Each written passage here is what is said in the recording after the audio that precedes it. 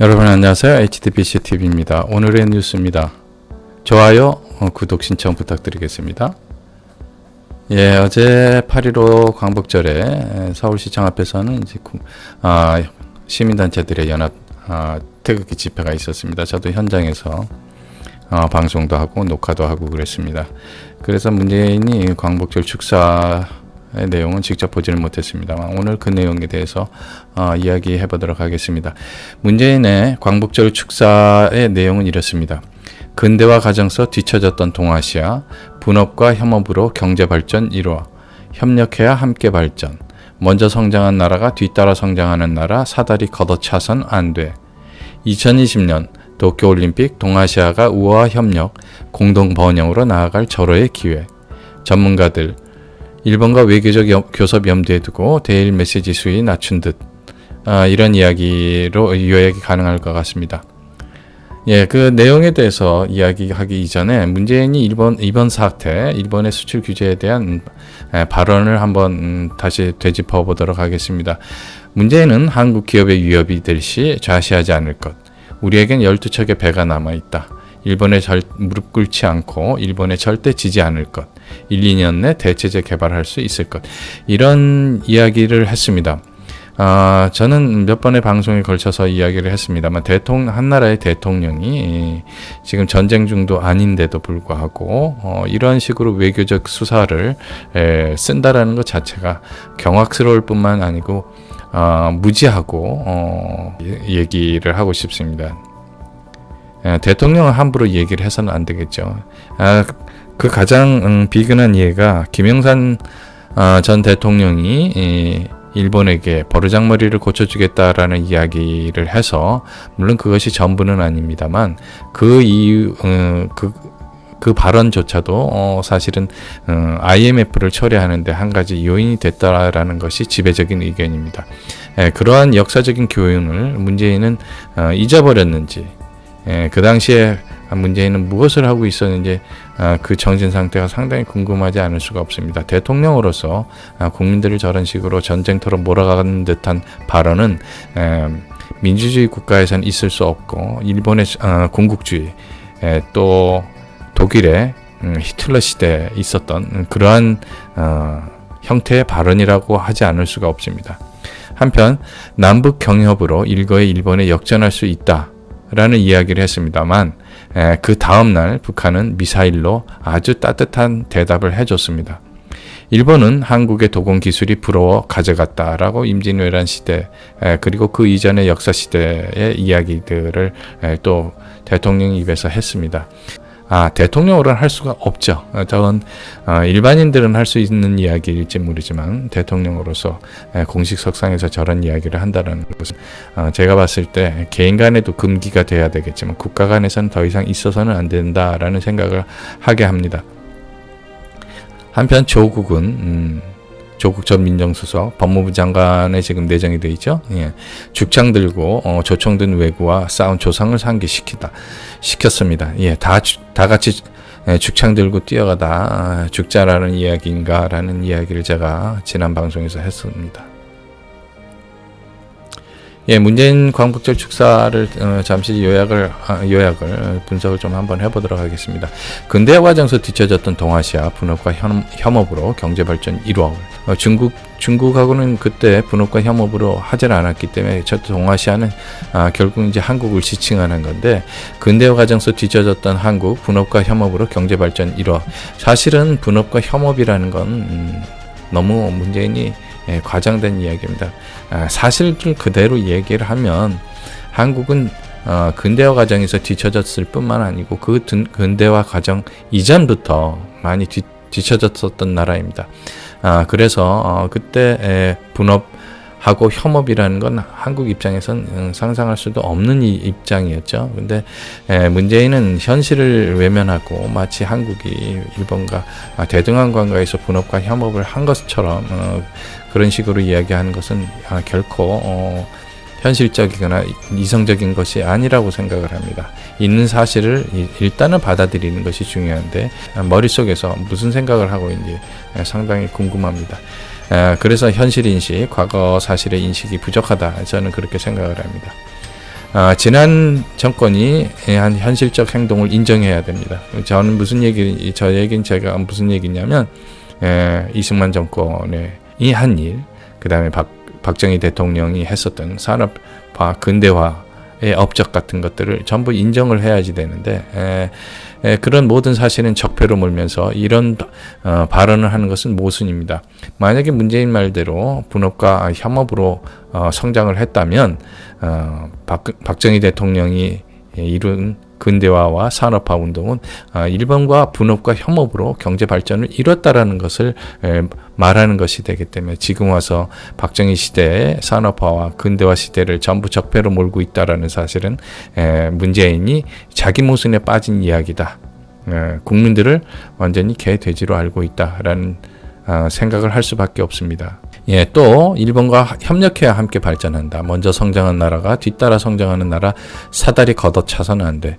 이 부분도 저는 광복절 담화 축사를 듣는 국민들에게 현명한 사람들은 저 이야기에 수긍을 못하겠지만 개돼지들을 얘기하는 겁니다.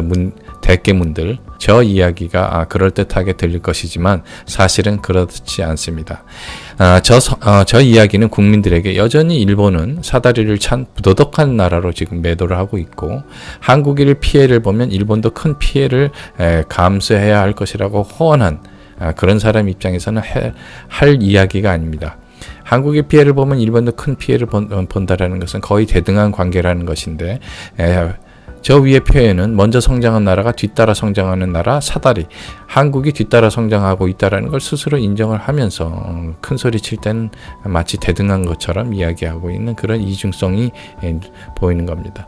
국내 상황을 보면 국민들이 위로 올라갈 수 있는 사다리를 전부 차버리는 정책을 지금 계속하고 있으면서도 아마 일본에 대해서만큼은 먼저 성장한 나라가 뒤따라 성장하는 나라 사다리 걷어차선 안 된다라는 진짜 이중성, 내로남불의 전형을 보고 있고 국민을 선동하는데 이렇게 쉽게 선동을 할 수 있는지 국민들이 이렇게 쉽게 선동당할 수 있는지에 대해서 저는 놀라움을 금치 못하고 문재인뿐만 아니라 문재인을 지지하는 사람들이 얼마나 한심한지 나라가 걱정이 아닐 수가 없습니다. 예를 들어서 뒤따라 성장하는 나라 사다리 걷어차서 안 된다라는 거. 예를 들면 고시 같은 것을 폐지하고 로스쿨을 활성화시킨 거죠. 고시 폐지는 그야말로 사다리를 타고 올라갈 수 있는 방법 중에 하나였다고 봅니다. 물론 고시의 폐해도 있습니다만 문재인이 뒤따라 성장한 사다리 걷어차서는 안 된다라는 이야기할 그런 입장은 아닐 거라고 저는 생각을 합니다. 또한 자사고 폐지도 마찬가지고 자사고는 있는 사람들이 가는 거고 또 공부 잘하는 기존에 잘하는 친구들이 하는 것이기 때문에 사다리를 걷어찬다라는 것에 딱 부합되는 것은 아니지만 취지 자체가 뛰어난 학생들도 일반화시키고 평준화시키는데 기여를 하는 것이 자사고 폐지라고 저는 그렇게 생각을 하고 있습니다.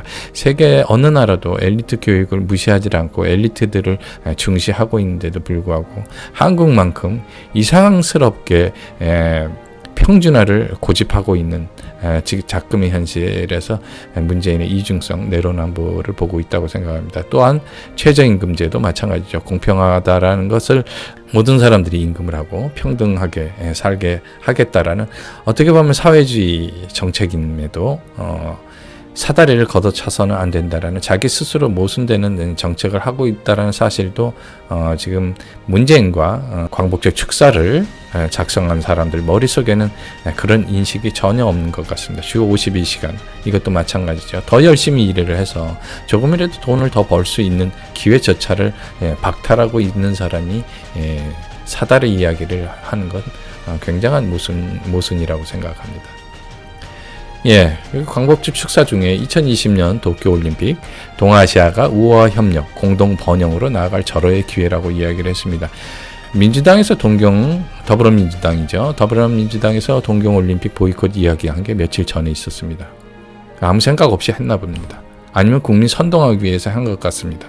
예, 사실 올림픽 보이콧하면서 방사능 문제 등을 거론하면서 전 세계에 일본에 창피를 주면서 이번 문제에 보복하려는 계획이었지 않느냐라고 생각을 했었습니다. 예, 근데 저는 가장 유치한 학교에서도 초등학교 중학생들이나 좀 생각할 만한 그러한 발상, 아주 수준 이하의 아이디어라고 생각을 했었습니다.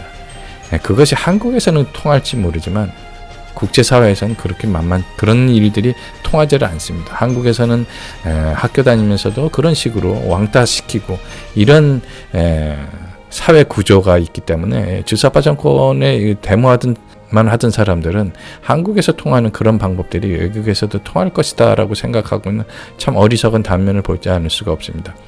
만약 동경올림픽을 보이콧한다고 해도 동참하는 나라 감비아 정도가 되지 않을까 그렇게 생각합니다. 예, 우스갯소리였습니다. 동경올림픽을 보이콧할 경우 한국이 보는 피해도 절대로 만만치가 않습니다. 지난 월드컵 때 일본에 갔다가 한국으로 여행 오는 사람들이 상당히 많아서 바로 한국으로 오는 사람들 뿐만 아니고 일본을 경유해서 오는 사람들 덕분에 한국도 많은 이익을 본 적이 있습니다. 이번에 만약에 동경올림픽을 보이콧할 경우 그런 부수적인 효과도 사라질 뿐만 아니고 한국 여행 관련 업계들은 일본에 가는 관광객이 줄어들기 때문에 월드컵 기간에 대만을 여행을 하겠습니까? 아니면 어디 동남아를 여행하겠습니까? 올림픽이 온 세상에 중심이 되어 있는 뉴스인데 관련 업체가 굉장한 피해를 입을 것이다 라는 얘기 생각해 볼 수 있습니다. 또한 비즈니스 하는 사람들은 대부분 상상할 수 있는 이야기입니다만 올림픽으로 일본에서 수요가 많아질 각종 소비재들, 한국에서 수출할 수 있는 소비재들, 식품이라든지 농수산물 소비재 등이 아마 계약을 하고 있는 업체들도 많이 있을 겁니다. 아니면 한국에서 수입하기 위해서 일본에서 알아보고 있는 분들이 많이 있을 텐데 아마 이런 부분이 캔슬이 되고 그러면 한국 업체들도 상당한 피해를 입을 것으로 예상이 됩니다. 동경올림픽 보이콧할 경우 문재인이 가장 원하는 남북한 단일팀 파견이 무산될 것이다 라고 생각을 할 수 있습니다. 예, 이 부분은 문재인에게 있어서 가장 아픈 아킬레스건이 될 것이라고 봅니다. 지금 문재인은 북한에서 김정은이 청와대를 향해서 똥, 개 이런 표현을 쓰고 있음에도 전혀 반박을 하지 못할 정도로 완전히 무릎 꿇은 상태이고 머리를 조아린 상태입니다. 이런 상황에서 남북한 단일팀은 그런 모든 상황들을 회복할 수 있는 유일한 카드인데 만약에 남북한 단일팀 파견이 무산되게 되면 김정은에게 접근할 카드를 상실하게 되고 총선에서 북한 카드를 이용하고 통일을 이용할 소재를 완전히 상실하는 것이 되기 때문에 문재인으로서도 내년 총선을 위해서라도 도쿄올림픽을 보이콧하기에는 굉장히 어렵다. 그리고 전 세계에서 참여할 나라도 없기 때문에 한국만 왕따가 된다라는 것을 충분히 상상할 수 있다고 봅니다. 그래서 도쿄올림픽 보이콧은 가능하지 않다.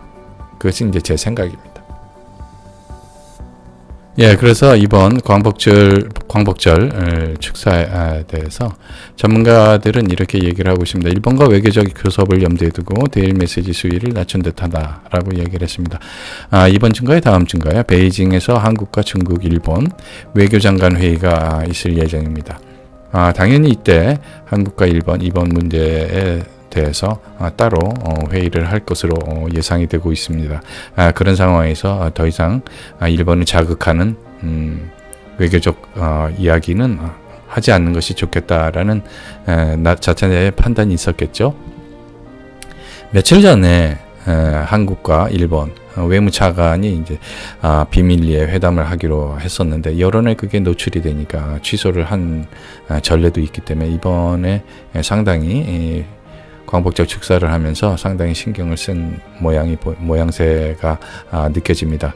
그런데 제가 하고 싶은 얘기는 이런 식으로 할 것이었으면서 그렇게 호언장담했었던 문재인과 문재인의 참모들, 청와대 과연 무엇을 생각하는 것인지 정북 주사파 운동권 출신들의 수준이 적나라하게 드러났다라고 저는 보고 있습니다. 진짜 국내에서 데모만 하고 사회운동만 하면서 눈에 보이는 일만 하고 그러다가 외교라든지 어떤 세계관 이런 것의 부재, 이런 것을 그대로 노출했다라고 보고 있습니다. 또 미국의 무언의 압력이 있었을 것이라고 봅니다. 미국이나 일본에서는 언론인들은 이런 얘기를 합니다. 트럼프가 문재인을 극도로 싫어한다라는 이야기들이 많이 퍼지고 있습니다. 뭐 단순하게 반미를 하고 있다라는 것도 문제가 있습니다만 거짓말을 한다. 그 다음에 무언가를 위해서 좀 안 좋은 방법들을 쓴다라는 이야기죠. 그래서 미국의 무언의 압력이 있었을 것이고 마지막으로 이제 국내 반일 운동의 효과가 없었다라는 걸 반증한다라고 보는 겁니다. 지금 문재인은 이번에 반일 선동을 해서 본인이 얘기한 것, 그래서 반일 운동을 해서 만약에 전 국민적으로 반일 운동이 일어났다면 아마 밀어붙였을 겁니다. 왜냐? 경제 실패도 결국은 아베와 일본으로 몰아갈 수 있었고, 그 다음에 나머지 여러 가지 경제 실책도 이번 반일 운동으로 전부 묻어버릴 수가 있었는데도 불구하고 지금 생각보다 반일 운동, 불매 운동의 효과가 크지 않고 오히려 일반 시민들과 지식인들 사이에서 문재인에 대한 비판, 정책 부재, 그 다음에 실언, 이런 문제가 노출됐기 때문에 더 이상 반일 선동을 했다가 오히려 총선에서 참패할 수 있는 요인이 되지 않겠느냐라는 게 자체 판단에서 나오지 않았나, 저는 그렇게 생각을 합니다. 예를 들어서 미군 장갑차 사고 시에는 엄청난 반미 운동이 일어났습니다. 그때 총선에서 여러 당이 승리를 했었죠. 그런데 이번에 자체 아마도 자기들이 판단했었을 때 이러한 효과는 전혀 기대할 수 없지 않았나. 그래서 광복절 축사에서 고개를 많이 숙이지 않았나. 의미가 없고 효과가 없었다라는 걸 본인들 스스로 인정하는 꼴이었다고 저는 생각을 합니다. 이번에 광복절 축사에서 본 한국의 자화상입니다. 한마디로 문재인과 주사파 정권의 얄팍한 선동에 나라 전체가 며칠 동안 반일운동, 불매운동으로 오르락내리락 하는 한심한 수준 이하의 국민성만 노출했다라고 생각합니다. 문재인의 2년 반 동안 대가리 깎여져도 문재인을 지지하겠다라는 국민들이 과연 앞으로 남은 2년 동안 얼마나 더 이런 수준 이하의 대통령과 정권들의 모습을, 행태를, 실정을 지켜봐야 할지 끔찍하다고밖에 얘기할 수 없겠습니다. 오늘의 뉴스 여기까지였습니다. 감사합니다.